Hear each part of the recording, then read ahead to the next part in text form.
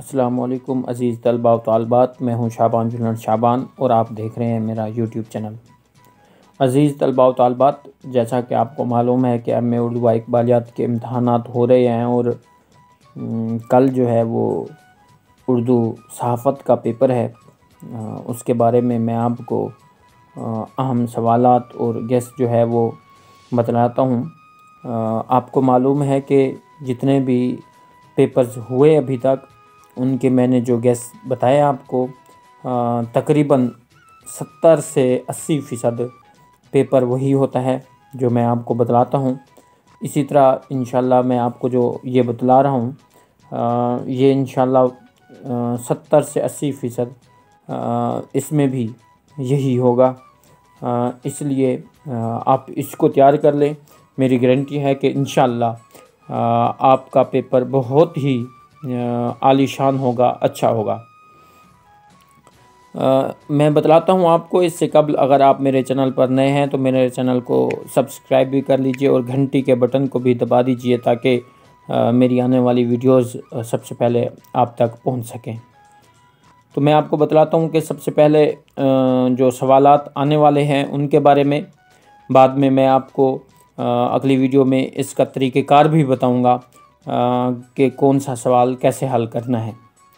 तो जो सबसे पहले सवाल आने वाला है वो है, इबलाग की तारीफ़ कीजिए, नीज़ इबलाग के अनासर और असरात का जायज़ा पेश कीजिए। ये सवाल आ सकता है। इसके अलावा सवाल आएगा, कालम नवीसी और इदारिया नवीसी पर नोट तहरीर करें। ये सवाल होगा। और इसके बाद जो सवाल है वो अहम सवाल वो है, फ़ीचर निगारी से क्या मुराद है। इस तरह का ये सवाल आएगा। इसके बाद जो सवाल होगा वो 2 हिस्सों पर मुश्तमिल होगा। दर्ज झैल पर मुख्तसर नोट लिखिए। हिस्सा अलिफ ख़बर नवीसी और हिस्सा बे इंटरव्यू है।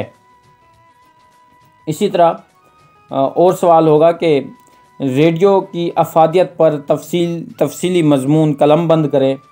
और इसके अलावा जो सवाल होगा वो होगा, आपका पसंदीदा कालम निगार कौन है, तफसीलन जवाब तहरीर कीजिए।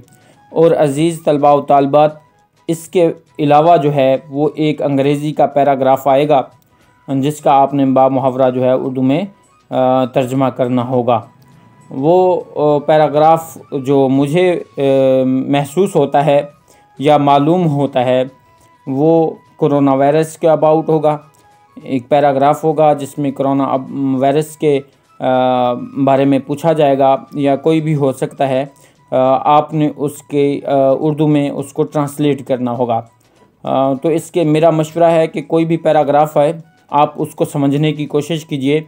और अगर आपने वो ख़बर सुनी हुई होगी तो उस ख़बर का आपने लिख देना है, उसके बारे में लिख देना है। अगर आपको आपकी अंग्रेज़ी अच्छी है और आप ट्रांसलेट कर सकते हैं तो फिर ज़ाहिर बात है उसी को ट्रांसलेट करें।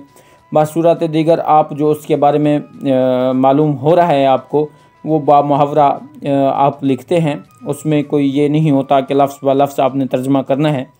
आप बामुहावरा में उसका मफ़हूम जो है वो भी बयान कर सकते होते हैं। इसी तरह अब मैं आपको जो है अगली वीडियो में इनके तरीक़ाकार, इन सवालात को किस तरह हल किया जा सकता है या करना चाहिए हमें, वो मैं आपको बतलाऊँगा।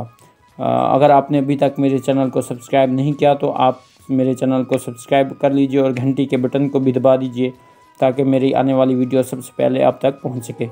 शुक्रिया।